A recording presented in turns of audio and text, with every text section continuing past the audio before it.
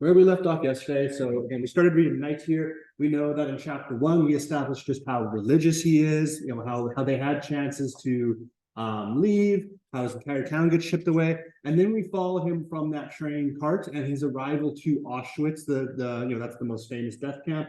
He does survive the first selection that he goes through. There will be more. His mother and siblings, however, are presumed to not have. He never sees them again. They almost certainly either died that day or shortly after. Did we find out? He didn't. Now, the Nazis were quite good record keepers, actually. In fact, that's what kind of did most of them in at Nuremberg. But I don't know if he ever actually looked to see the day they died, but they died. He says he's never seen them again, so we can presume that they are definitely dead. And again, this book used to be 900 pages, and he's condensed it down to 100. So I think he talks a lot more about his parents within there. This is where we start to see his loss of identity. He is reduced to just a number. He's a Jew and a number, and that's it. We start to see his loss of faith, his loss of innocence. We start to see the dark side of humanity. And then, of course, he stands by and watches his father get beat. So we're going to continue on from there. I anticipate we'll probably finish the book by tomorrow, to be completely honest with you. There's 10 chapters. We're only 3 chapters in, but that is half the book. So it is about to accelerate dramatically. And so where we left off is we left off on page 46. So I will give you just a moment to kind of head there while I chug some water. It's my throat.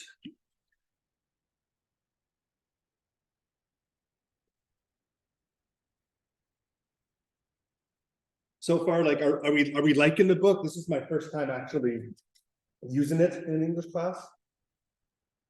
Yeah, I took a picture of your reading. It's kind of brutal. I like to try and throw something at all cost for World War II in each year. So this is my contribution this year.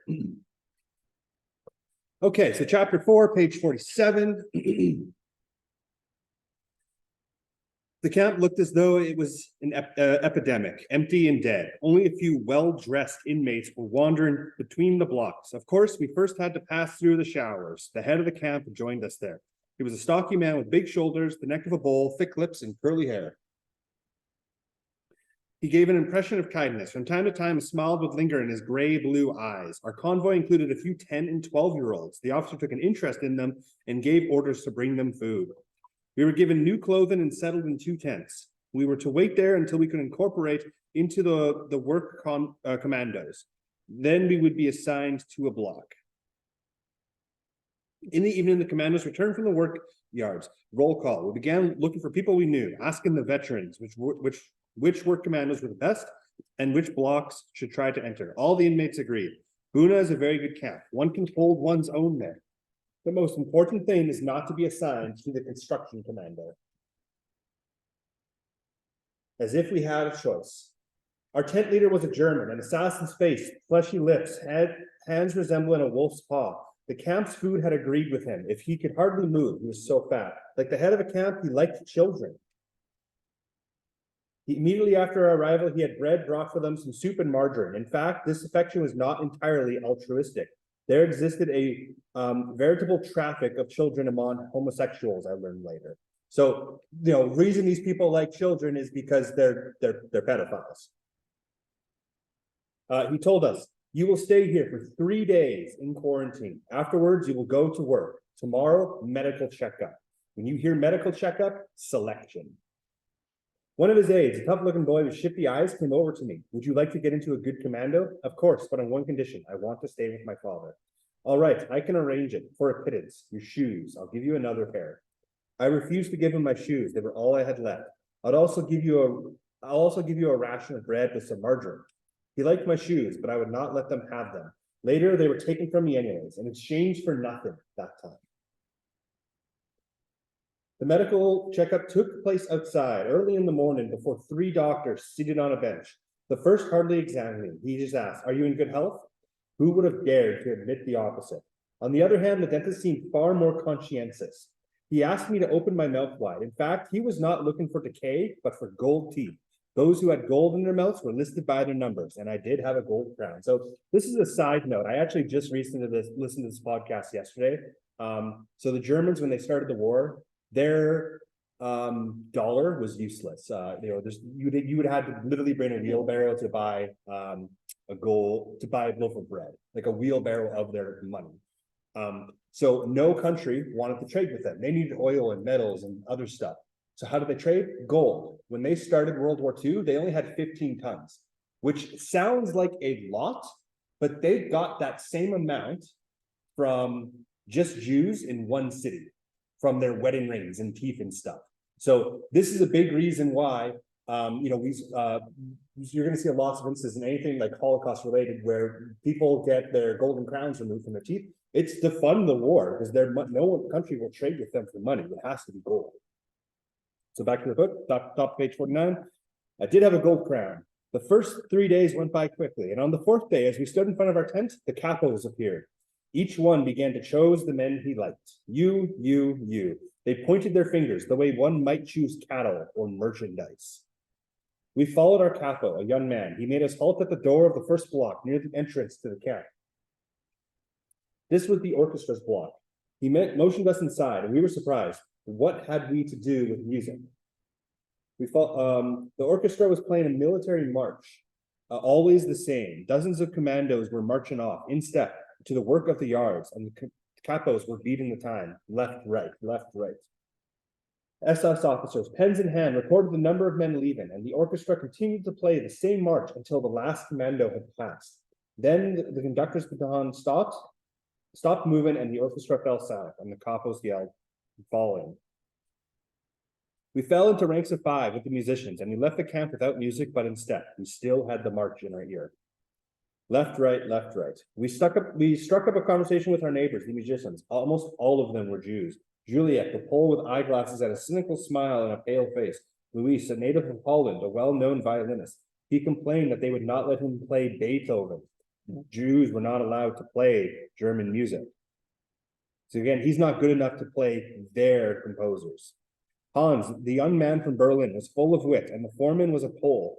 Franek, a former student in Warsaw. Julik explained to me, "You work in a warehouse of electrical materials, not far from here. The work is neither difficult nor dangerous. Only Idek, the capo, occasionally has fits of madness, and then you'd better stay out of his way." "You are lucky, little fellow," said Hans, smiling. You fell into a good commando." 10 minutes later, we stood in front of the warehouse, and a German employee, a civilian, the Meister, came to meet us.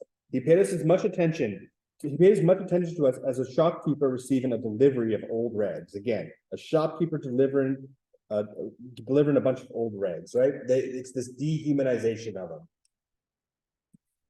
Our comrades are right. The work was not difficult. Sitting on the ground, we counted bolts, bulbs, and very small electrical parts. The capos launched into a lengthy explanation of the importance of this work, warned us that anyone who proved to be lazy would be held accountable. And my new comrades reassured me, "Don't worry, he says this because of the Meister." There were many Polish civilians here and a few French women as well. The women silently greeted the musicians with their eyes. Franek, the foreman, assigned me to a corner. "Don't kill yourself. There's no hurry, but watch out. Don't let an SS catch you." "Please, sir, I'd like to be near my father." "All right, your father will work here next to you." And we were lucky. So these foremen here, they are also part of the camp, right? How come they're taking these positions of power? Again, all about self-preservation. And he seemed to luck into a really good one. 2 boys came to join our group, Yossi and Tibi, 2 brothers from Czechoslovakia whose parents had been exterminated in Birkenau. They lived for each other, body and soul. They quickly became my friends. Having once belonged to a Zionist youth organization, they knew countless Hebrew songs, and so we would sometimes hum melodies evoking the gentle waters of the Jordan River and the majestic sanctity of Jerusalem. We often spoke about Palestine, and their parents, like mine, had not the courage to sell everything and immigrate while there was still time. We decided that if we were allowed to live until the liberation, we would not stay another day in Europe. We would board the first ship to Haifa. Still lost in his Kabbalistic dreams, a kibbutz drummer had discovered a verse from the Bible, which, translated into numbers, made it possible for him to predict redemption in the weeks to come. We had left the tents for the musicians' block. We were now entitled to a blanket, a washbowl, and a bar of soap. And the Blocktist was a German Jew. It was good to have a Jew as your leader. His name was Alphonse, a young man with a startlingly wizened face. He was totally devoted to defending his block. Whenever he could, he would organize a cauldron of soup for the young, for the weak, and for all those who dreamed of an extra portion of food, who dreamed more of an extra portion of food than of liberty. They dreamed more for a bowl of soup than for freedom. One day we had just returned from the warehouse and I was summoned by the block secretary, A7713. Again, he's not a name. That's me. After your meal, you'll go to see the dentist, but I have a toothache. After your meal, without fail. I went to the infirmary block. Some 20 prisoners were waiting in line at the entrance, and it didn't take long to learn the reason for our summons. Our gold teeth were to be extracted. The dentist, a Jew from Czechoslovakia, had a face not unlike a death mask. When he opened his mouth, one had a ghastly vision of yellow, rotten teeth. Seated in the chair, I asked meekly, "What are you going to do, sir?" "I shall remove your gold crown, that's all," he said, clearly indifferent. I thought of pretending to be sick. "Couldn't you wait a few days? I don't feel well. I have a fever." He wrinkled his brow, thought for a moment, and took my pulse. "All right, son, come back to see me when you feel better, but don't wait for me to call you." I went back to see him a week later with the same excuse. I still was not feeling better. He did not seem surprised, and I don't know whether he believed me. Yet he most likely was pleased that I'd come back on my own, as I had promised. He granted me a further delay. A few weeks after my visits, the dentist's office was shut down. He had been thrown into prison and was about to be hanged. It appeared that he had been dealing in prisoners' gold teeth for his own benefit. I felt no pity for him. In fact, I was pleased with what was happening to him. My gold crown was safe. It could be useful to me one day to buy something, some bread, or even a time to live. At that moment in time, all that mattered to me was my daily bowl of soup, my crust of stale of bread, the bread, the soup. Those were my entire life. I was nothing but a body, perhaps even less, a famished stomach. The stomach alone was measuring time. So again, like think about that last line there, right? I was nothing but a body, bread and soup. Those are my entire life, right? So like your entire life is all dedicated to just how many calories you can eat. Are you getting fed the next day?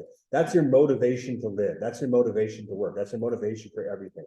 Again, I would rather have a bowl of soup than at my freedom, my liberty. That will come into play later into one of these chapters. In the warehouse, I often worked next to a young French woman. We did not speak. She did not know German, and I did not understand French. I thought she looked Jewish, though she passed for Aryan. Aryan is like the, that's the German ideal citizen, right? It's blonde hair, blue eyes. I thought she passed for Aryan. She was a forced labor inmate. One day when Eirik was venting his fury, I happened to cross his path. He threw himself on me like a wild beast, beating me in the chest, on my head, throwing me to the ground, and picking me up again, crushing me with ever more violent blows until I was covered in blood. As I bit my lips in order to not howl in pain, he must have mistaken my silence for defiance, and so he continued to hit me harder and harder.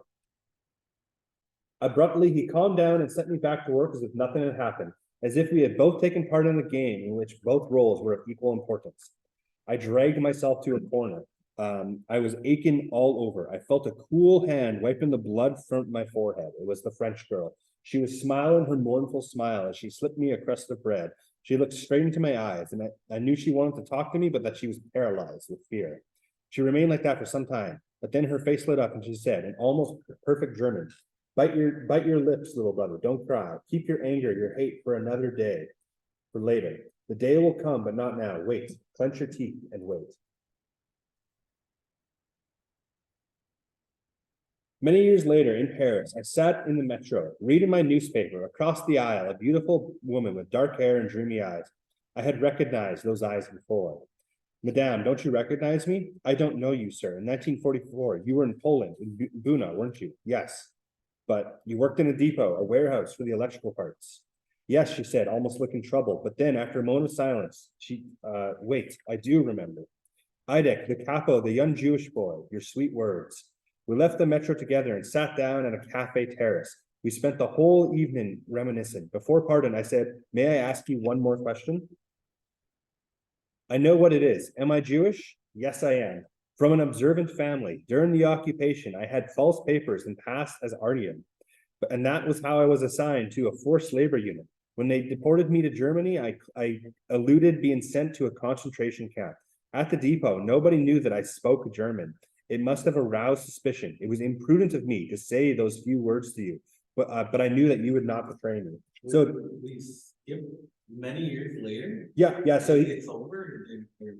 yeah, so this is like, I don't know exactly how later it is, many years later, could have been 10 years later, 20 years later, but yeah, he runs into this woman.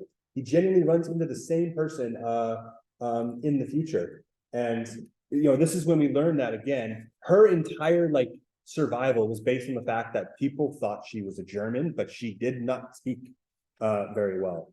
Are we staying? Are we going back to the past or We will go back to the past, yeah. Yeah, it's kind of a side note of them, but but one thing that's important to note is that he, like this woman, like she put herself in great danger to speak to him, great danger. Her entire identity was about her hiding the fact that she was a Jew and that she didn't speak German, and she spoke perfect German to him.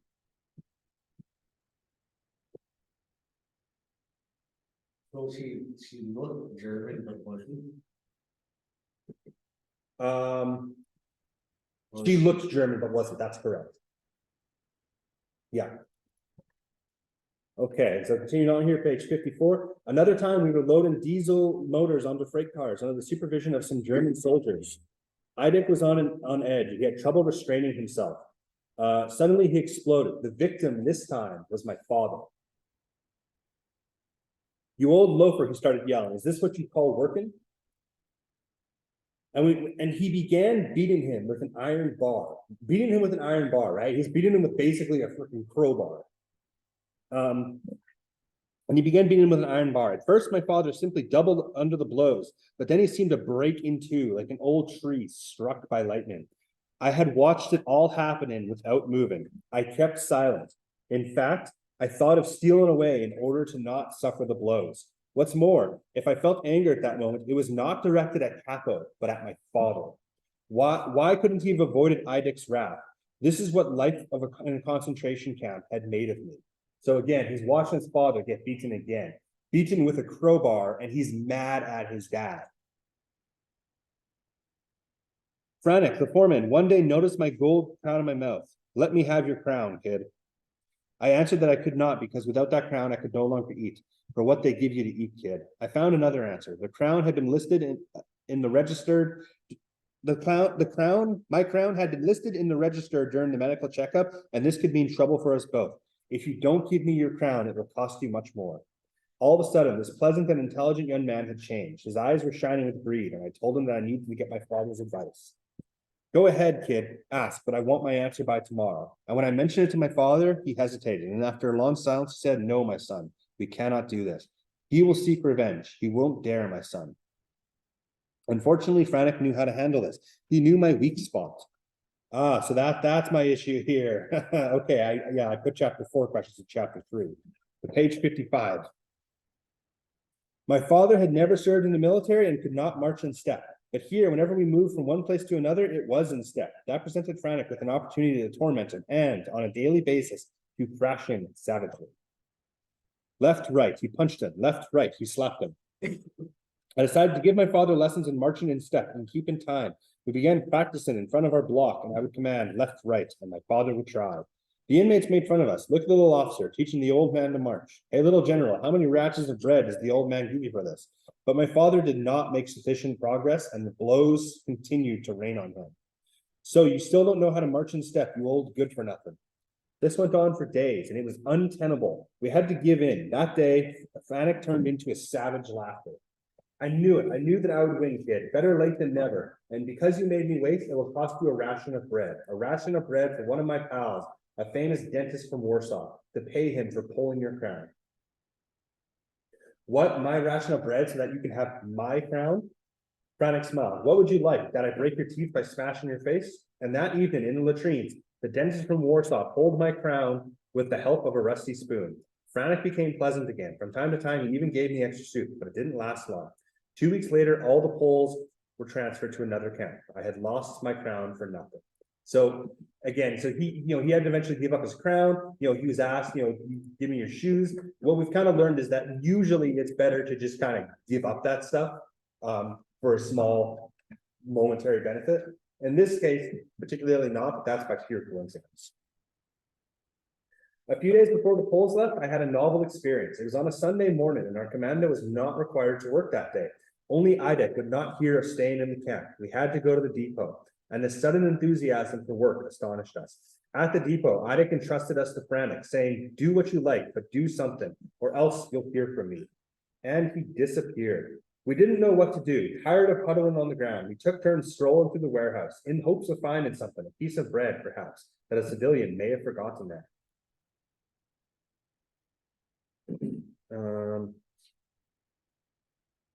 When I reached the back of the building, I had sounds coming from a small adjourned room, and I moved closer and had a glimpse of IDEC and a young Polish girl, half naked on a straw mat.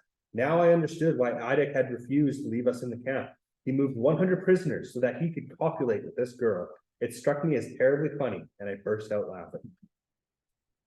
IDEC jumped, turned and saw me, and while the girl tried to cover her breasts, I wanted to run away, but my feet were nailed to the floor. IDEC grabbed me by the throat. Hissing at me, he threatened, just you wait, kid. You will see what it costs to leave your work. You'll pay for this later. And now go back to your place. A half hour before the usual time to stop work, the capos assembled the entire commando. Roll call. Nobody understood what was going on. A roll call at this hour here, only I knew, and the capo made a short speech.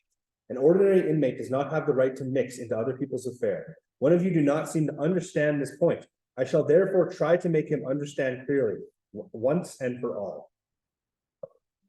I felt sweat running down my back, A7713, and I stepped forward. A crate, he ordered. They brought a crate. Lie down on your belly. I obeyed. So he's lined up in front of hundreds of people, and he's called up here. I no longer felt anything except for the lashes of the whip. 1, 2, and he was counting. He took his time between lashes. Only the first one really hurt. I heard him count 10, 11. His voice was calm and reached me through a thick wall. 23. 2 more, I thought, half unconscious. The capo was waiting. 24 and 25. So when you're hit by a whip, it is apparently like beyond painful. Like 1 or 2 hits will almost render you unconscious a lot of the time. So he gets 25 lashes. And so he's having this happen to him just as he stood by. When people get beat, everyone else stands by. Hundreds of people stand by. His father stands by and watches this. It was over. I had not realized it, but I had fainted. I came to when they doused me with cold water. I was still lying on the crate. In a blur, I could see the wet ground next to me. Then I heard someone yell. It had to be the capo. I began to distinguish what he was shouting. I must have made some movement to get up, but I felt myself fall back in the crate. How I wanted to get up. Stand up, he was yelling, even more loudly. If only I could answer him. If only I could tell him that I could not move, that my mouth would not open. At IDEC's command, 2 inmates lifted me and led me to him. Look me in the eye. I looked at him without seeing him. I was thinking of my father. He would be suffering more than I. Listen to me, you son of a swine, said IDEC coldly. So much for your curiosity. You shall receive 5 times more if you dare tell anyone what you saw. Understood? I nodded once, 10 times, endlessly. It was as if my head had decided to say yes for all eternity. One Sunday, as half of our group, including my father, was at work, the others, including me, took the opportunity to stay and rest.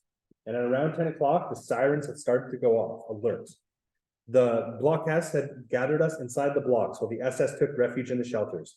As it was relatively easy to escape during an alert, the guards left the watchtowers and the electric current in the barbed wire was cut. The standing order for the SS was to shoot anyone found outside his block. In no time, the camp had the look of an abandoned ship. No living soul in the alleys. Next to the kitchen, 2 cauldrons of hot steaming soup had been left unattended. 2 cauldrons of soup. And again, think about what these people would do for food. Smack in the middle of the road, 2 cauldrons of soup with no one to guard them. A royal feast going to waste. Supreme temptation. Hundreds of eyes were looking at them, shining with desire. 2 lambs with hundreds of wolves lying in wait for them. 2 lambs without a shepherd, free for the taking. But who would dare? Fear was greater than hunger. Suddenly, we saw the door of block 37 open slightly. A man appeared, crawling snake-like in the direction of the cauldron. Hundreds of eyes were watching his every move. Hundreds of men were crawling with him, scraping their bodies with his on the stones. All hearts trembled, but mostly envy. He was the one who had dared. He had reached the first cauldron, and hearts were pounding harder. He had succeeded. Jealousy devoured us, consumed us. We never thought to admire him. The poor hero committed suicide for a ration or two more of soup. In our minds, he was already dead. Lying on the ground near the cauldron, he was trying to lift himself to the cauldron's rim. Either out of weakness or out of fear, he remained there, undoubtedly to muster his strength. At last, he succeeded in pulling himself up to the rim, and for a second, he seemed to look at himself in the soup, looking at his ghostly reflection in there. Then, for no apparent reason, he let out a terrible scream, a death rattle, such as I had never heard before, and with an open mouth, thrust his head towards the steaming liquid. We jumped at the sound of the shot. Fallen to the ground, his face stained by the soup, the man withered a few seconds at the base of the cauldron, and then he was still. So he tried to go and get himself, a bowl of soup during the lockdown, and he was killed for it. That was when we began to hear the planes. Almost at the same moment, the barracks began to shake. They're bombing the Buna factory, someone shouted. I anxiously thought of my father, who was at work, but I was glad nonetheless to watch that factory go up in flames. What revenge! While we heard some talk of the German military defeats on the various fronts, we were not sure if they were credible, but today this was real. We were not afraid, and yet as if a bomb had fallen on the blocks, it would have claimed the hundreds of inmates' lives. But we no longer feared death. In the event, not this particular death. Every bomb filled us with joy, gave us renewed confidence. The raid lasted more than 1 hour. If only it could have gone on for 10 times, 10 hours. Then once more there was silence. The sound of the American plane dissipated, and the wind, and there we were in our cemetery. On the horizon, we saw a long trail of black smoke, and the sirens began to wail again. The end of the alert. Everyone came out of the blocks. We breathed in the air filled with fire and smoke, and our eyes shone with hope. A bomb had landed in the middle of the camp, near the Appalats, our assembly point, but had not exploded. We had to dispose of it outside the camp. The head of the camp, Lagerlettes, accompanied by his aide and by the chief capo, were on an inspection tour of the camp. The raid had left traces of great fear on his face. In the very center of the camp lay the body of the man with soup stains on his face, the only victim. The cauldrons were carried back to the kitchen. The SS were back to their post in the watchtower behind their machine guns. Intermission was over. An hour later, we saw the commandos returning, in step as always. Happily, I caught sight of my father. Several buildings were flattened, he said, but the depot was not touched. And in the afternoon, we cheerfully went to clear the ruins. 1 week later, we had returned from work. There, in the middle of the camp, in the Appelplatz, stood a black gallows. So the gallows, of course, is where you hang people. This is on page 61. So it's the second paragraph there in 61, the second section rather. So stood a black gallows. We learned that soup would be distributed only after roll call, which lasted longer than usual. The orders were given more harshly than another day, and there were strange vibrations in the air. Caps off, the Lagerlettes shouted suddenly. 10,000 caps came off at once. There's 10,000 of them there watching this. Cover your heads. 10,000 caps were back in our heads at lightning speed. The camp gates opened, and an SS unit appeared and encircled us. 1 SS every 3 paces.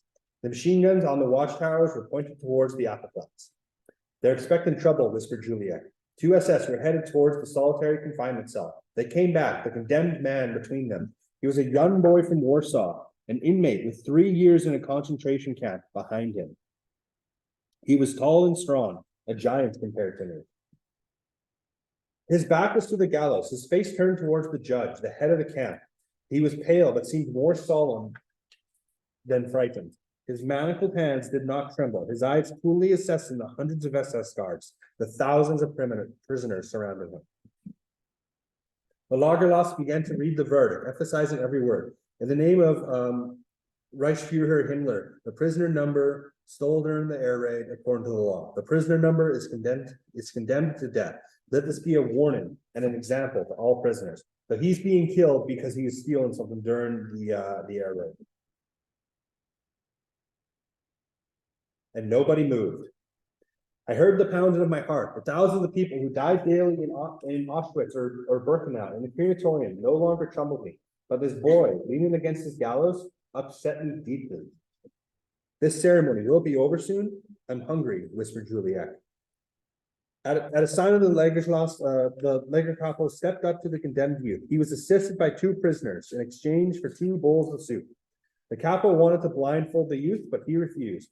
After what seemed for a long moment, the hangman put the rope around his neck, and he was about to signal to his aides to pull the chair from under the young man's feet when the latter shouted in a strong and calm voice, "Long live liberty, my curse on Germany, my curse, and the executioner had completed his work." Like a sword, the order cut through the air, caps off. 10,000 prisoners paid their respects, and cover your heads. Then the entire camp, block after block, filed past the hanged boy and stared at his extinguished eyes, the tongue hanging from his gaping mouth. The capitalists forced everyone to look at him squarely in the face. And afterwards, we were given permission to go back to our block and have our meal. I remember on that evening, the soup tasted better than ever. So again, there's thousands of people, literally thousands of people who die in this camp every single day.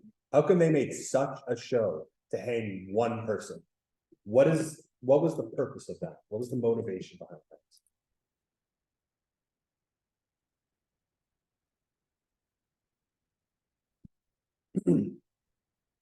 So I watched other hangings. I never saw a single victim weep. These withered bodies have long forgotten the bitter taste of tears.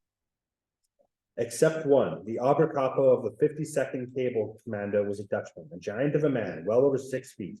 He had seen some 700 prisoners under his command, and they all loved him like a brother.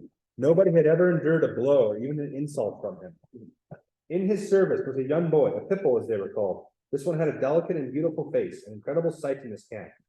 In Buna, the Pippo were hated. They often displayed greater cruelty than their elders. I once saw one of them, a boy of 13, beat his father for not making his bed properly. As the old man quietly wept, the boy was yelling, "If you don't stop crying instantly, I will no longer bring you bread." Understood? But the Dutchman's little servant was beloved by all. He was the face of an angel in distress. One day, the power failed at the Central Electric Plant in Buna. The Gestapo, summoned to inspect the damage, concluded that it was sabotage. They found a trail. It led to the block of the Dutch Oberkapo, and after a search, they found a significant quantity of weapons. The Oberkapo was arrested on the spot, and he was tortured for weeks on end in vain. He gave no names. He was transferred to Auschwitz, and he was never heard from again. But his young Pippo remained behind in solitary confinement. He was tortured, but he too remained silent. The SS then condemned him to death, him and 2 other inmates who had been found to possess arms. One day, as we returned from work, we saw 3 gallows, 3 black ravens erected on the apple plants. Roll call, and the SS surrounded us, machine guns aimed at us, the usual ritual. 3 prisoners in chains, and among them the young Pippo, the sad-eyed angel. The SS seemed more preoccupied, more worried than usual. To hang a child in front of thousands of onlookers was not a small matter. The head of the camp read the verdict, and all eyes were on the child. He was pale, almost calm, but he was biting his lips as he stood at the shadow of the gallows. This time, the Lager Capo refused to act as an executioner. The SS took his place. The 3 condemned prisoners together stepped in onto the chair. In unison, the nooses were placed around their necks. "Long live liberty," shouted the 2 men. But the boy is silent. "Where is merciful God? Where is he?" Someone behind me was asking. And at the signal, the 3 chairs were tipped over. Total silence in the camp. On the horizon, the sun was setting. "Caps off," screamed the Lagerloss. His voice quivered. As for the rest of us, we were weeping. "And cover your heads." Then came the march past the victims. These 2 men were no longer alive. Their tongues were hanging out, swollen and bluish. But the 3rd rope was still moving. The child, too light, was still breathing. And so he remained for more than a half hour, lingering between life and death, writhing between our eyes. And we were forced to look at him in close range. He was still alive when I passed him. His tongue was still red, his eyes not yet extinguished. Behind me, I heard the same man asking, "For God's sake, where's God?" And from within me, I heard a voice answer, Where he is, this is where, hanging from this gallows." And that night, the soup tasted of corpses.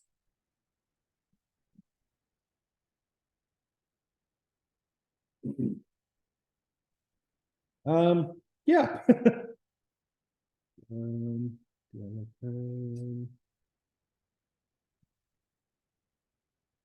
Um, yeah, we'll power through to the next section here. It's a little bit of a longer one. So chapter 5 on page 66. The summer was coming to an end, and the Jewish year was almost over. On the eve of Rosh Hashanah, the last day of the cursed year, the entire camp was agitated, and every one of us felt the tension. After all, this was a day unlike the others, the last day of the year. The word last had an odd ring to it. What if it really were the last day? The evening meal was distributed, an especially thick soup, but nobody touched it. We wanted to wait until prayer. So again, I really want to like circle back to that point. So they will do anything for hunger. One man essentially committed suicide to even try and get like a taste of food, right? They'll do anything to get fed. And every single one of them is not touching their really thick soup. That means there's lots of stuff in it, right? And why is that? Because for prayer. On the apple plat, surrounded by the electric barbed wire, thousands of Jews, anguish on their face, gathered in silence. Night was rapidly falling, and more prisoners kept coming from every block, suddenly able to overcome time and space, to will both into submission. What are you, my God? I thought angrily. How do you compare to this stricken mass gathered to affirm to you their faith, their anger, their defiance? What does your grandeur mean, master of the universe, in the face of all this cowardice, this decay, and this misery? Why should you go on troubling these poor people's wounded minds, their ailing bodies? So again, we're really starting to see how he feels towards God, like how his faith, and like he doesn't question his faith anymore. He despises it. He despises his God. Some 10,000 men had come to participate in a solemn service, including the Blocktists, the capos, all bureaucrats in this service of death. Blessed be the Almighty. The voice of the officiating inmate had just become audible, and at first I thought it was the wind. Blessed be God's name. Thousands of lips repeated the benediction, bent over like the trees in a storm. Blessed be God's name. Why? But why should I bless him? Every fiber in me rebelled because he had caused thousands of children to burn in his mass graves, because he kept 6 crematoria working day and night, including the Sabbath and the holy days, because in his great night, he created Auschwitz, Birkenau, Buna, and so many factories of death.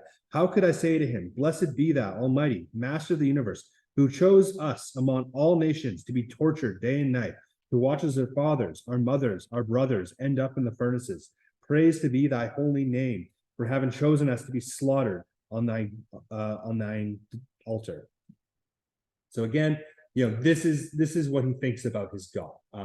And again, chapter 1, the most about religious person you can imagine. His faith is broken. I listened to an inmate's voice. It was powerful yet broken, amid the weeping, the sobbing, and the sighing of the entire congregation. All the earth and universes are God's. He kept pausing as though he lacked the strength to uncover the meaning beneath those texts, and this melody was stifled in his throat. And I, the former mystic, was thinking, yes, man is stronger, greater than God. When Adam and Eve deceived you, you chased them from paradise. When you were displeased by Noah's generation, you brought down the flood.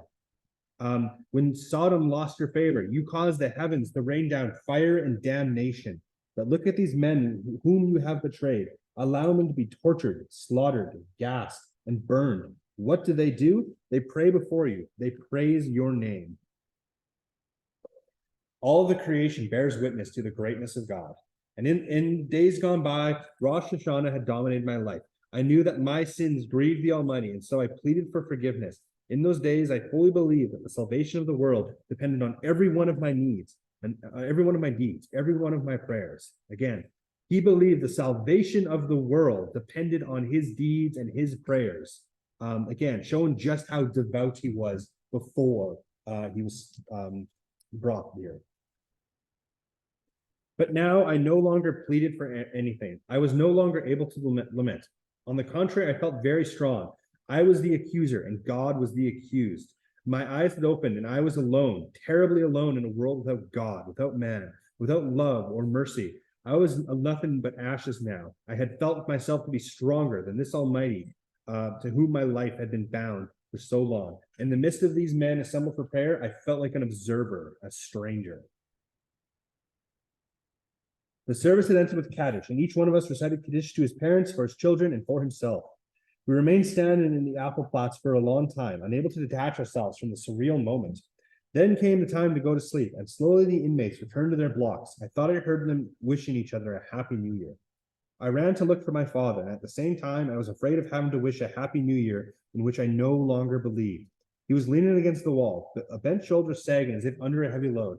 I went up to him, took his hand, and I kissed it. I felt a tear on my hand. Who was it? Mine? His? I said nothing, nor did he. Never before had we understood each other so clearly.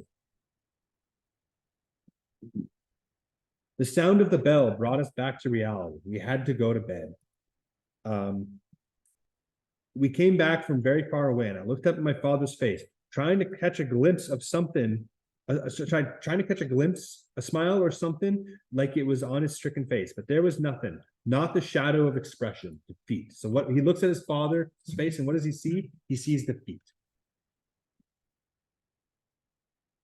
Yom Kippur, the Day of Atonement. Should we fast? The question was hotly debated. To fast could mean a more certain, more rapid death. But in this place, we were always fasting. It was Yom Kippur year round. But there were those who said that we should fast, precisely because it was dangerous to do so. We needed to show God that even here, locked in hell, we were capable of singing his praises. I did not fast. First of all, to please my father, who had forbidden me from doing so. And then there was no longer any reason for me to fast. I no longer accepted God's silence. As I swallowed my ration of soup, I turned that act into a symbol of rebellion, a protest against him. And as I nibbled on my last crust of bread, deep inside me, I felt a great void opening. They offered us a beautiful present for the new year. We had just returned from work. As soon as we had passed the camp's entrance, we sensed something out of the ordinary in the air.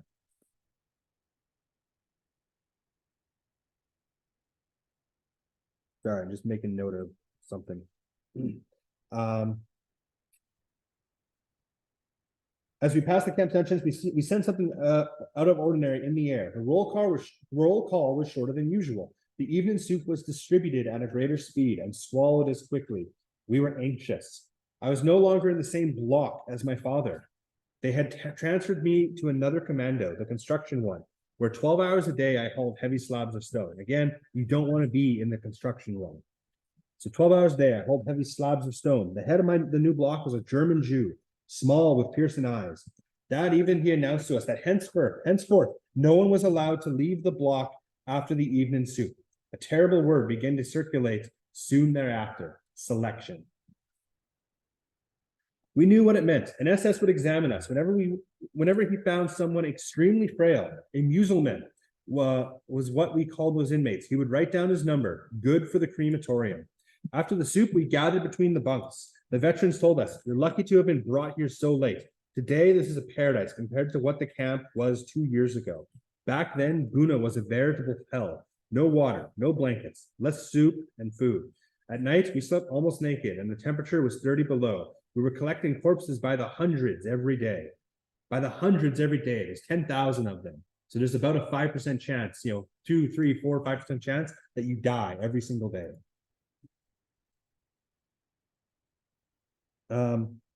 Work was very hard. Today, this is a little paradise. The capos back then had orders to kill a certain numbers of prisoners every day, and every week selection, a merciless selection. Yes, you are lucky.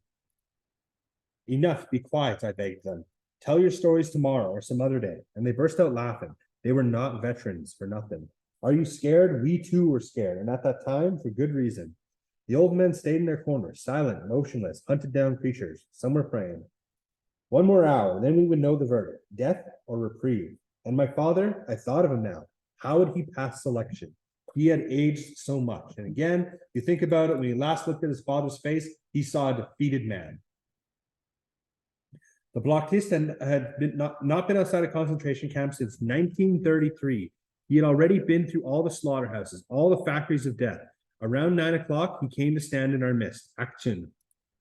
There was instant silence. Listen carefully to what I am about to tell you.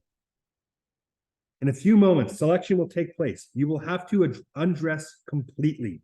Then you will go one by one before the SS doctors. I hope you will all pass, but you must try to increase your odds, your chances. Before you go into the next room, try to move your limbs. Give yourself some color. Don't walk slowly. Run. Run as if you have had the devil on your heels. Don't look at the SS. Run straight in front of you. And again, if you want to see like what a selection actually looks like, I really recommend Schindler's List. You will see examples there. Run straight in front of you. He paused and then added, and more important, don't be afraid. That was a piece of advice he would have loved to be able to follow. We would have loved to be able to follow. I undressed, leaving my clothes in the closet. Tonight there was no danger that they would be stolen. Tibby and Yossi, who had changed commandos at the same time, came to urge me. Let's stay together. It will make us stronger. Yossi was mumbling something. He probably was praying. I never suspected that Yossi was religious. In fact, I'd always believed the opposite. Tibby was silent and very pale. All the block inmates stood naked between the rows of the bunks. This must be how one stands for the last judgment. They are coming. 3 SS officers, surrounded by the notorious Dr. Mengele, the very same who had received us in Birkenau. The blockiste attempted a smile, and he asked us, ready? Yes, we were ready, and so were the SS doctors. Dr. Mengele was holding a list, our numbers. He nodded to the blockiste. We can begin, as if this were a game. The first to go were the notables of the block, the studentes, the capos, the foremen, all of those who were in perfect physical condition, of course. Then came the ordinary prisoners' turns. Dr. Mengele looked them over from head to toe. From time to time, he noted a number. I had but one thought, to not have my number taken down and not to show my left arm. In front of me, there were only Tibby and Yossi. They passed. I had time to notice that Mengele had not written down their numbers. Someone pushed me. It was my turn. I ran without looking back. My head was spinning. You are too skinny. You are too weak. You are too skinny. You are good for the ovens. The race seemed endless. I felt as though I had been running for years. You are too skinny. You are too weak. At last, I arrived, exhausted. When I caught my breath, I asked Yossi and Tibby, did they write me down? No, said Yossi, smiling. He added, anyways, they couldn't have. You were running too fast. I began to laugh. I was happy. I felt like kissing him. At that moment, the others did not matter. They had not written me down. Those whose numbers had been noted were standing apart, abandoned by the whole world. Some were silently weeping. Again, imagine that you were just like Paul. If your number got written down, you knew that you were about to die that day. Just the despair. The SS officers left, and the blockiste appeared, his face reflected in our collective weariness. It all went well. Don't worry. Nothing will happen to anyone, not to anyone. He was trying to smile, and a poor, emancipated Jew questioned him anxiously, his voice trembling. But, sir, they did write me down. At that, the blockiste vented his anger. What? Someone refused to take his word? What is it now? Perhaps you think I'm lying? I'm telling you, once and for all, nothing will happen to you. Nothing. You just like to wallow in your despair, you fools. The bell rang, signaling that selection had ended in the entire camp. With all my strength, I began to race towards Block 36. Midway, I met my father, and he came towards me. So, did you pass? Yes. And you? Also. We were able to breathe again. My father had a present for me, a half ration of bread, bartered for something he found at the depot, a piece of rubber that could be used to repair a shoe. The bell. It was already time to part, to go to bed. The bell regulated everything. It gave me orders, and I executed them blindly. I hated that bell. Whenever I happened to dream of a better world, I imagined a universe without a bell. A few days had passed, and we were no longer thinking about the selection. We went to work as usual and loaded the heavy stones onto the freight cars. The rations had grown smaller. That was the only change. We had risen at dawn, as we did every day. We had received our black coffee, our ration of bread.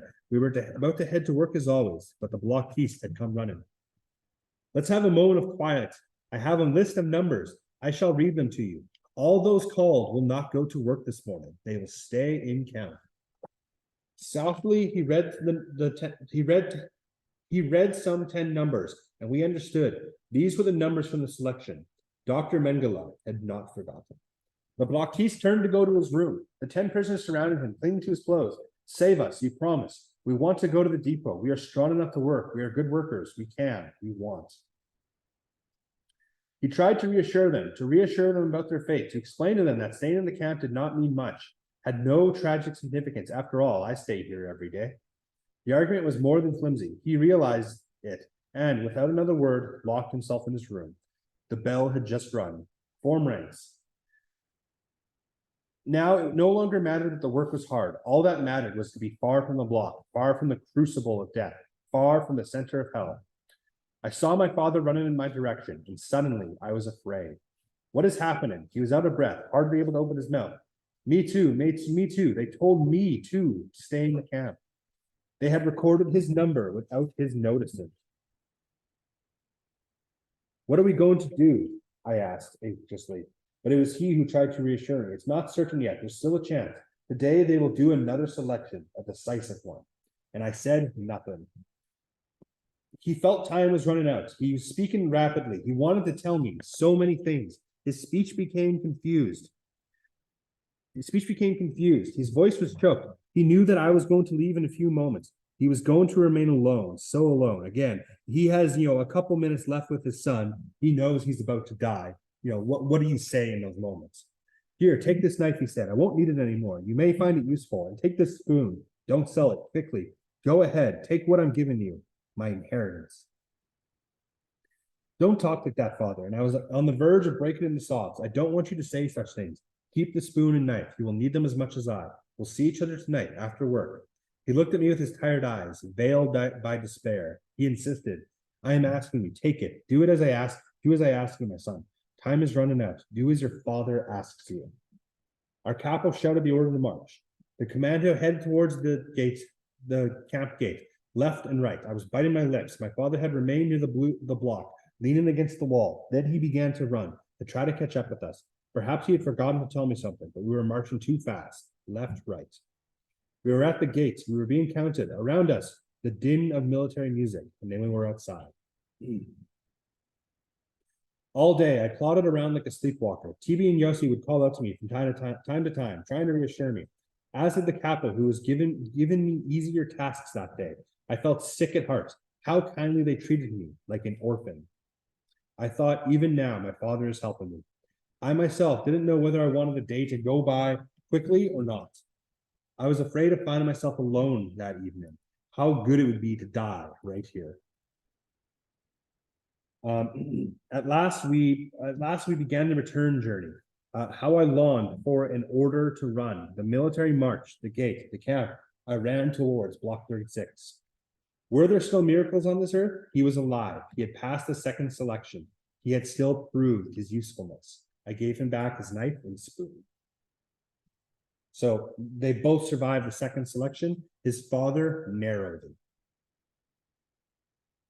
Akiba Drumer had left us, a victim of the selection. Lately, he had been wandering among us, his eyes glazed, telling everyone how weak he was.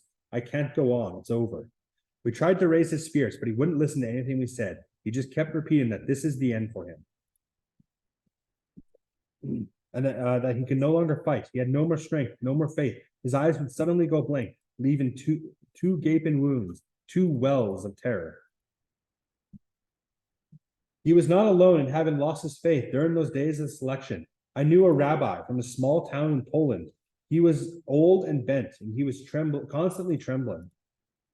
He was always praying in the block, at work, in the ranks.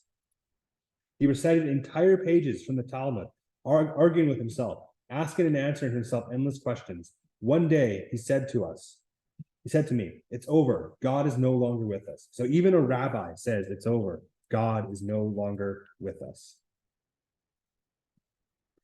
And as though he regretted having uttered such words so coldly, so dryly, he added in his broken voice, I know no one has the right to say such things like that. I know that very well. Man is too insignificant, too limited to even try to comprehend God's mysterious ways. But what can someone like myself do? I'm neither a sage nor a just man. I am not a saint. I am a simple creature of flesh and bone. I suffer hell in my soul and my flesh. I also have eyes, and I see what is being done here. Where is God's mercy? Where's God? How can I believe? How can anyone believe in this God of mercy? Poor Akiba dreamer. If only he could have kept his faith in God. If only he could have considered this suffering a divine test, he would not have been swept away by the selection. But as soon as he felt that first chinks in his faith, he lost all incentive to keep fighting and open the door to death. So that's something that's kind of important here, right? You need to have something driving you to survive here, right? Sometimes it's hunger, sometimes it's family, sometimes it's faith. But when you lose that, it becomes so much easier to just give up. When the selection came, he was doomed from the start, offering his neck to the executioner, as it were. And he asked us all he asked of us was, in 3 days, I'll be gone. Say Kaddish for me. We promised in 3 days, when we see the smoke rise from the chimney, we would think of him. We would gather 10 men and hold a special service. All his friends would say Kaddish. Then he left in the direction of the hospital, and his step was almost steady, and he never looked back. An ambulance was waiting to take him to the Birkenau. There followed terrible days. We received more blows than food. The work was crushing. All 3 days after he left, we forgot to say Kaddish. Winter had arrived, and the days became short and nights almost unbearable. For the first hours of dawn, a glacial wind lashed us like a whip. We were handed winter clothing, striped shirts that were a bit heavier. The veterans grabbed the opportunity for further sniggering. Now you'll really get a taste of camp. We went off to work as usual, our bodies frozen. The stones were so cold that touching them, we felt our hands would remain stuck, but we got used to that too. Christmas and New Year's, we did not work. We were treated to a slightly less transparent soup. Around the middle of January, my right foot began to swell from the cold. I could not stand on it. I went to the infirmary. The doctor, a great Jewish doctor, a prisoner like ourselves, was categorical. We have to operate. If we wait, the toes and perhaps the legs will have to be amputated. That was all I needed, but I had no choice. The doctor had decided to operate, and there could be no discussion. In fact, I was glad that the decision had been his. They put me in a bed with white sheets. I had forgotten that people slept in sheets. Again, being in the infirmary was not bad at all. We were entitled to good bread, a thicker soup. No more bell, no more roll call, no more work. From time to time, I was able to send a piece of bread to my father. Next to me lay a Hungarian Jew suffering from dysentery. He was skin and bones. His eyes were dead. I could just hear his voice, the only indication that he was alive. Where did he get the strength to speak? Don't rejoice too soon, son. Here too, there is a selection. In fact, more often than outside, Germany has no need of sick Jews. Germany has no need of me. Therefore, listen to me. Leave the infirmary before the next selection. These words, coming from the grave, coming from a dead man, as it were, from a faceless shape, filled me with terror. True, the infirmary was very small, and if new patients were to arrive, room would have to be made. But then perhaps my faceless neighbor, afraid of being among the first displaced, simply wanted to get rid of me, to free my bed, to give himself a chance to survive. Perhaps he only wanted to frighten me, but then again, what if he was telling the truth? I decided to wait and see. And that's something to note, right? Like, when you're in these really terrible places, why do you go out of your way to help people, to lower your own chance of survival? Why would you do that? So, it also comes in, how much do you trust people? Do you trust them that this guy's telling the truth? He's actually giving them advice? Or is he trying to get a sicker person next to him so he himself survives? So still page 79. The doctor came to tell me that he would operate the next day. Don't be afraid, he said. Everything will be all right. At 10 o'clock in the morning, I was taken to the operating room, and my doctor was still there. That reassured me. I felt that in his presence, nothing serious could happen to me. Every one of his words was healing, and every glance of it carried a message of hope. It will hurt a little, he said, but it will pass. Be brave. The operation lasted 1 hour. They did not put me to sleep. I did not take my eyes off the doctor. Then I felt myself sink. When I came to and opened my eyes, I first saw nothing but a huge expanse of white, my sheets, and then I saw the doctor's face above me. Everything went well. You have spunk, my boy. Next, you'll stay here for 2 weeks for some proper rest, and that'll be it. You'll eat well, you'll relax your body and your nerves. And all I could do was follow the movements of his lips. I barely understood what he was telling me, but the inflection of his voice had soothed me, and suddenly I broke into a cold sweat. I couldn't feel my leg. Have they amputated it? Doctor, I stammered. Doctor, what is it, son? I didn't have the courage to ask him. Doctor, I'm thirsty. He had water brought to me and he was smiling. He was ready to walk out to see other patients. Doctor, yes. Will I be able to use my leg? He stopped smiling. I became very frightened and he said, listen to me, son. Do you trust me? Very much, doctor. Then listen well. In 2 weeks, you'll be fully recovered. You'll be able to walk like the others. The sole of your foot was full of pus. I just had to open the sac. Your leg was not amputated. You'll see in 2 weeks, you'll be walking around like everybody else. All I had to do was wait 2 weeks. But 2 days after my operations, rumors swept through the camp that the battlefront had suddenly drawn nearer. The Red Army was racing towards Buna. It was only a matter of hours. We were quite used to this kind of rumor. It wasn't the first time that false prophets had announced to us peace in the world, the Red Cross negotiating our liberation, or other fables, and often we would believe them. It was like an injection of morphine. Only this time, these prophecies seemed more founded. During the last nights, we had heard some cannons in the distance. So what's happening is the Allied powers are pushing deeper and deeper into Germany. The camp is going to be liberated. Is that US? This would be, I think this would be Russia at this time, if I recall. I don't remember. It's either Russia or it's the US, yeah. My faceless neighbor spoke up. Don't be deluded. Hitler made it clear that he will annihilate all Jews before the clock strikes 12.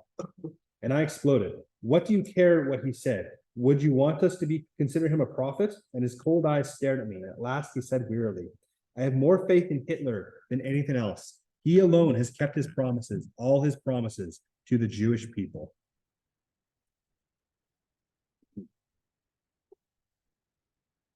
That afternoon at 4 o'clock, as usual, the bell called the Blockists for their daily report. They came back shattered. They had difficulty opening their mouths. All they could utter was one word: evacuation. The camp was to be emptied and we were to be sent to the rear. Where to? Somewhere in deepest Germany, to other camps. There was no shortage of them.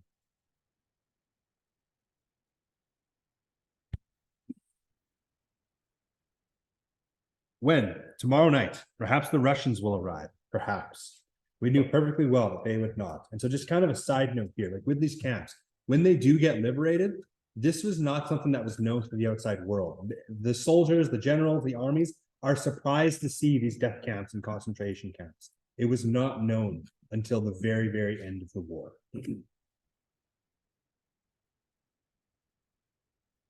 The camp had a hive of activity. People were running, calling to one another. In every block, the inmates prepared for the journey ahead. I had forgotten about my lame foot, and the doctor came into the room and announced, tomorrow, right after nightfall, the camp will start on its march, block by block. The sick can remain in the infirmary. They will not be evacuated.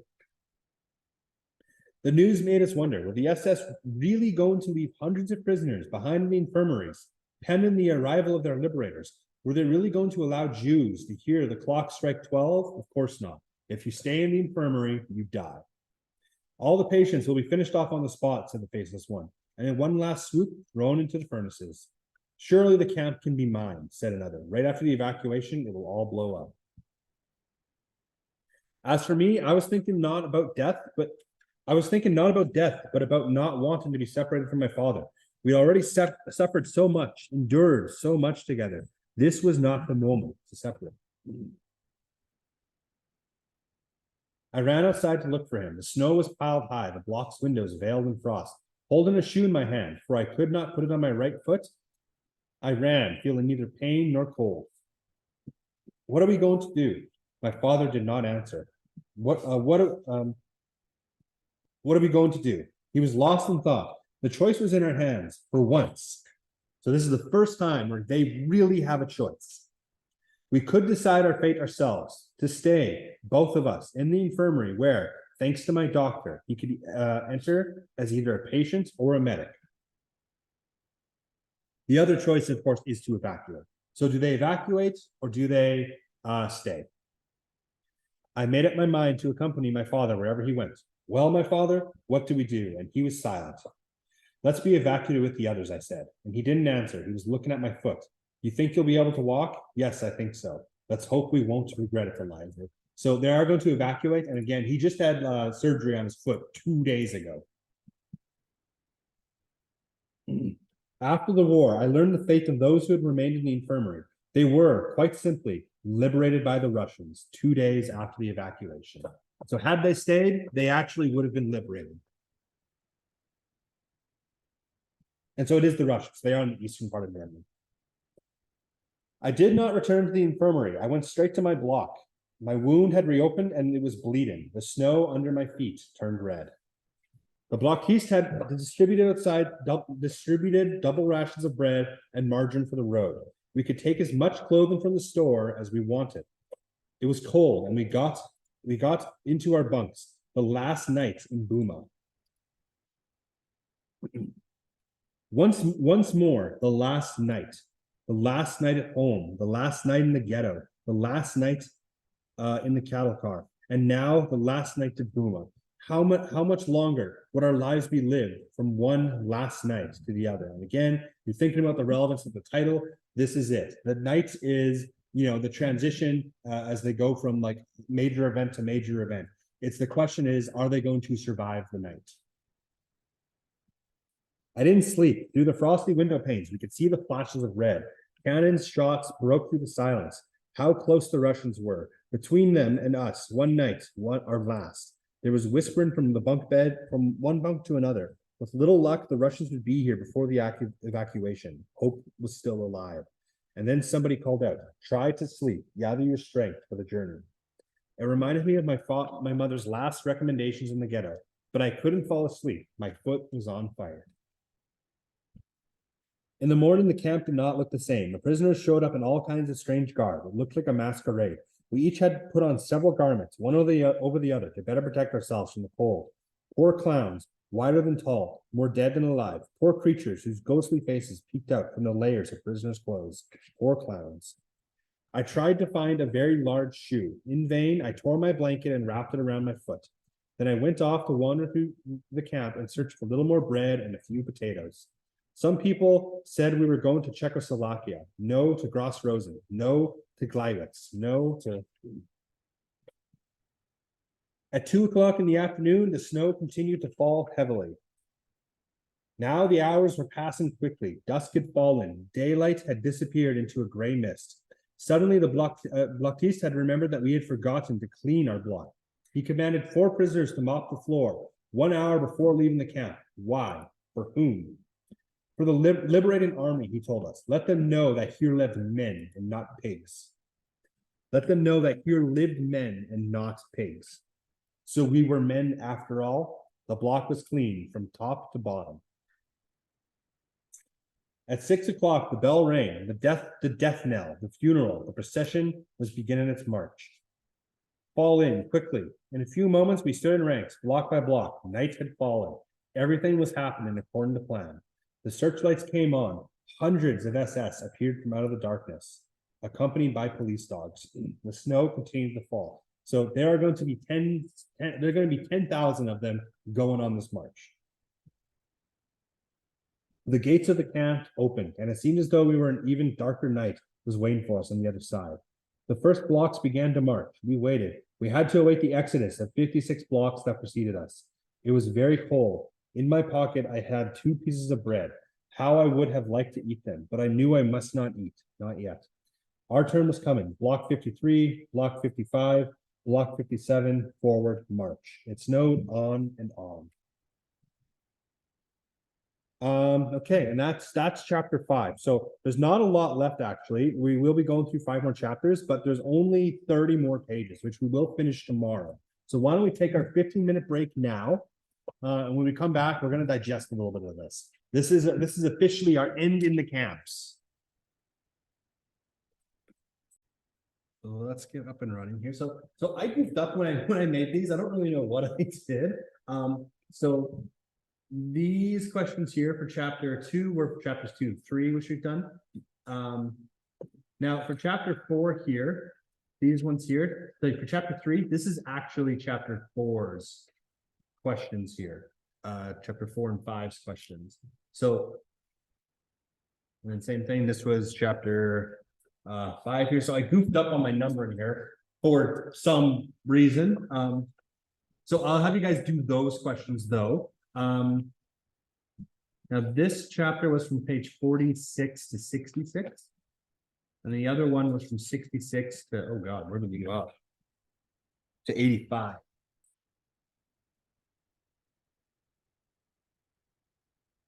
So I'll give you guys some time to do those. We'll go over some of them, not all of them here. As well, we have your themes. We have seen a lot of these themes develop here. Everyone should be able to come up with at least another example, maybe even two. Especially with that faith broken part, like we could definitely fill that one out here. So I'll give you guys some time here to go through this stuff at about 11:40, 11:30, somewhere around there. We'll start going over it.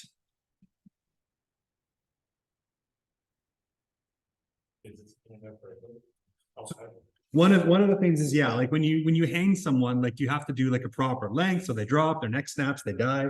The child suffered for, it was 30 minutes, sat there hanging, gasping for air for 30 minutes. So obviously that's one thing. That's a horrible thing to see. So it's just the length of time is one thing. The other important part there, of course, is the fact that, well, it's a child. It's a child, right? Again, this is kind of an embodiment of, it's the death of innocence, right? Like it's killing children. It's seeing like the harm that has. And where's the first painting? I'll give you guys a second.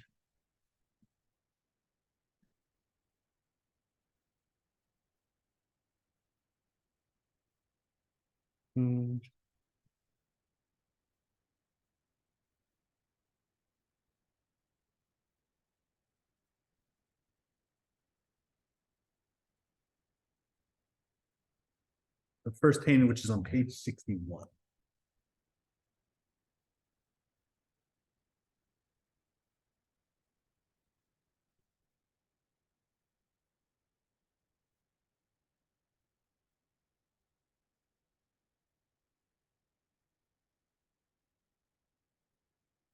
So he only has 100 pages in this book.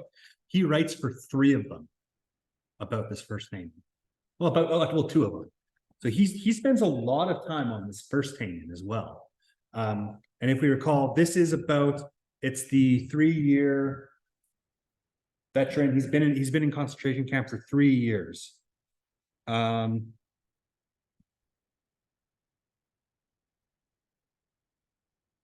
veteran who stole during the air raid. So this is why he was sentenced. But why is this such a damaging thing to Ellie?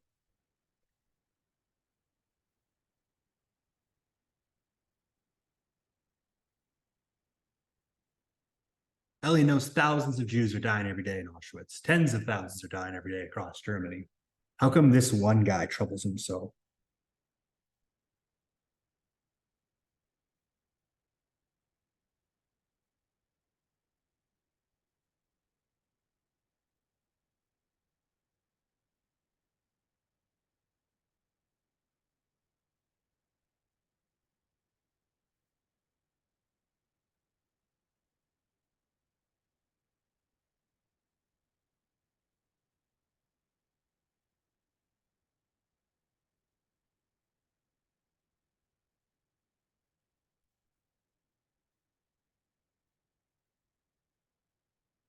So one of the reasons is this person who sees, like, he seems to be of a similar age to Ellie. Seems to be of a similar age to Ellie, right? He calls him a boy. And one of the things is, he might see himself here. He might see himself as this, as this boy. And not only that, again, it's added some not personification. It's a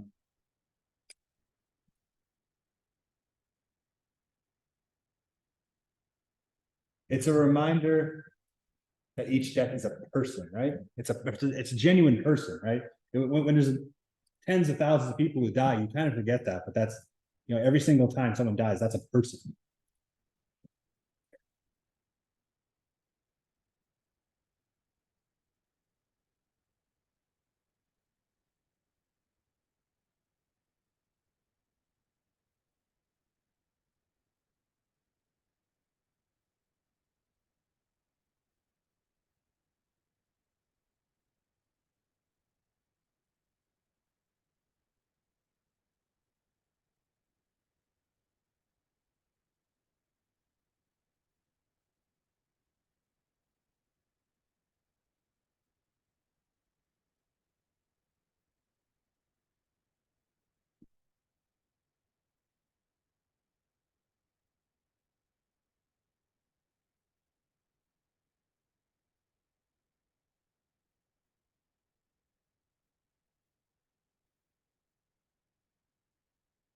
And I think that's all we'll do from chapter 4 there. It's just that Haman.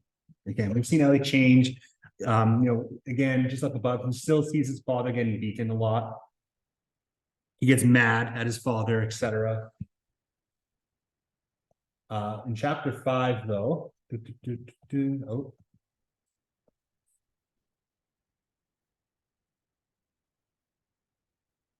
We see that one inmate tried to get a ration of extra soup. How come he's doing that? How come that guy went up there?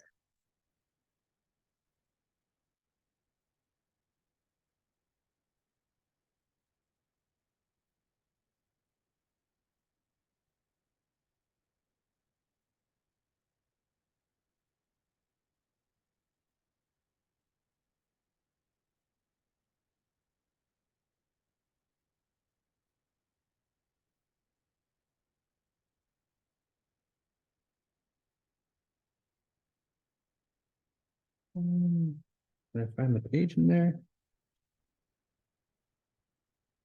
I cannot find the page. So how come that guy crawled to the soup? Or what are the possible reasons?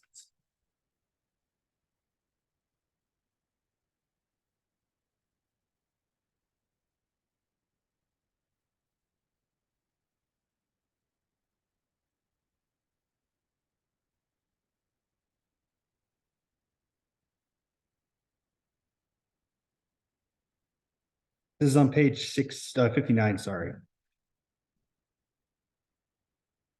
Oh, wow, I really want a little bit over these questions.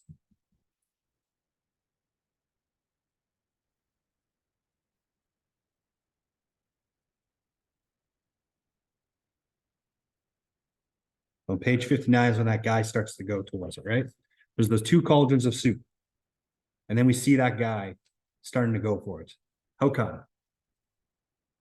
It's kind of like in cartoons when they're looking at a pie on a windsill or something. Yeah. Well, kind of, yeah. Like that's almost what it's like, right? Like just standing there and like, he's lifted up by the smell of it. But yeah, like it's almost meant to characterize that. We could obviously talk about how he's hungry, of course, right? But is there any deeper meaning than that? It's like, yeah, he went to the soup because he was hungry.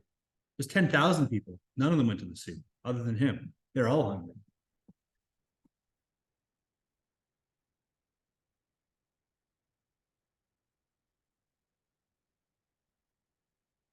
So when he finally reaches the cauldrons, they say that we never even thought to admire him. The poor hero committed suicide for an extra ration or 2 of soup. In our minds, he was already dead. So, it could also be that it was essentially a suicide attempt, right? He knows what's going to happen to him.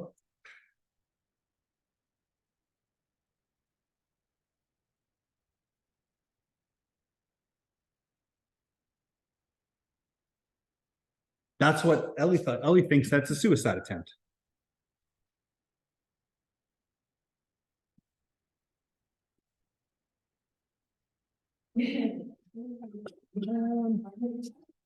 Okay, we'll leave it there. What do we got? We got a couple minutes left. We can quickly do some of these themes here.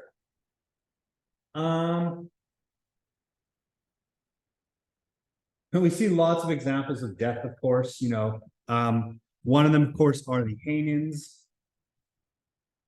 There's the 2 of them. Just for the sake of time, I'm not going to go super in depth. I know one of them is on page. Sorry. One of them is on page 61.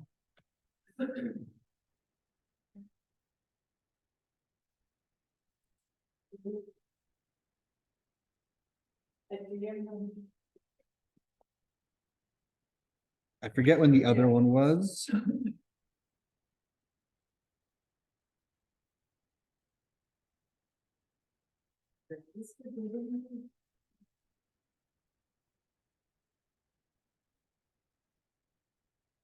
The other one was page 64, 61 and 64.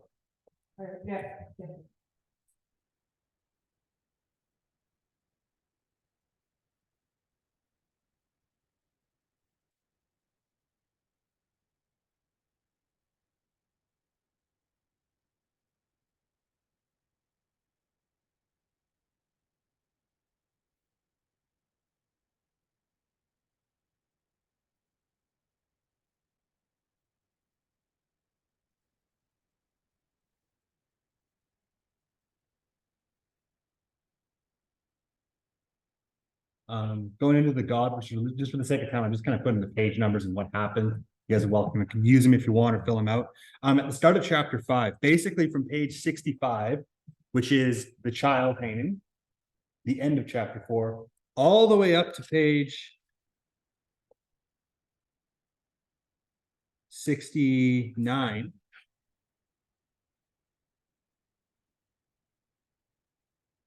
We see Ellie's total loss of faith, right?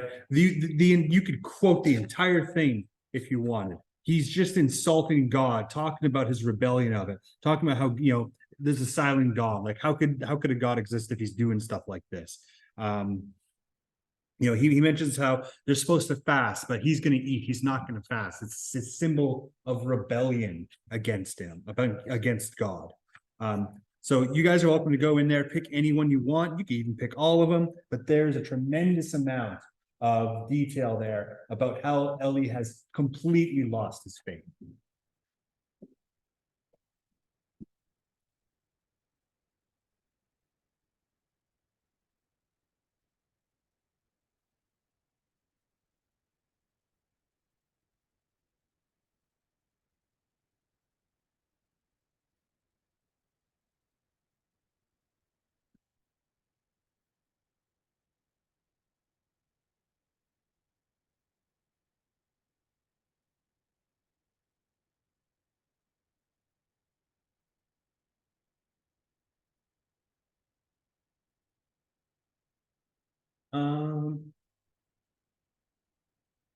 We have the struggle of witnessing, and we see a couple struggles here. Again, we see an instance where his father gets beaten and he gets mad about it.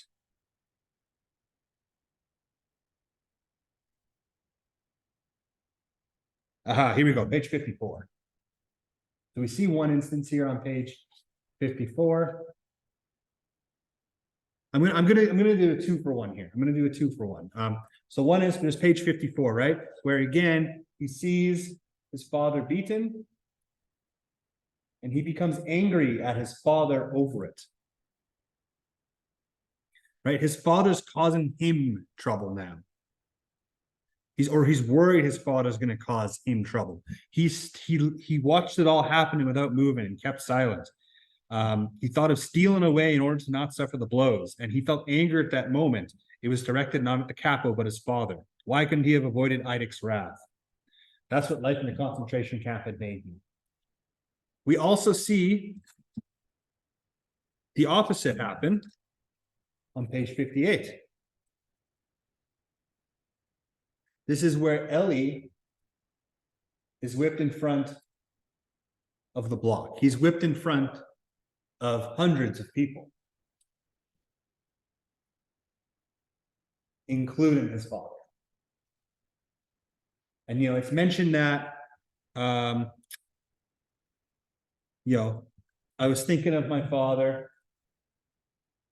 He would be suffering more than I would be.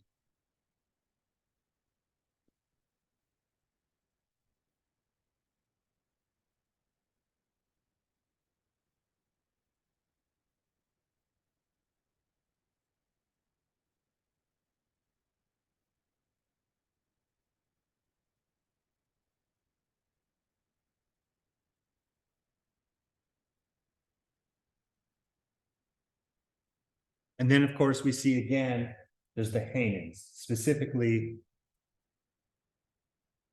the child hanging, right? Having to bear witness to that. The entire crowd is, where's God? How can he let something like this happen? The page number's up top, just for the sake of time.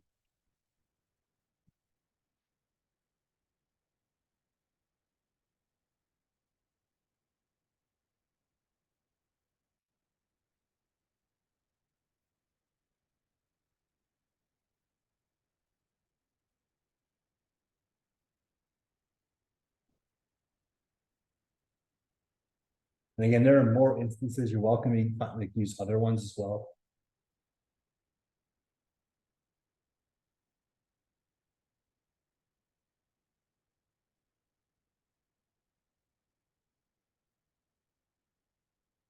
I think we got time for one more here. Death of faith. Death of innocence, oh god, there's a lot there. Maybe we'll end it there. We'll touch up on those, we'll touch up on these tomorrow, actually. So we'll end it there. Tomorrow, we will probably finish the book.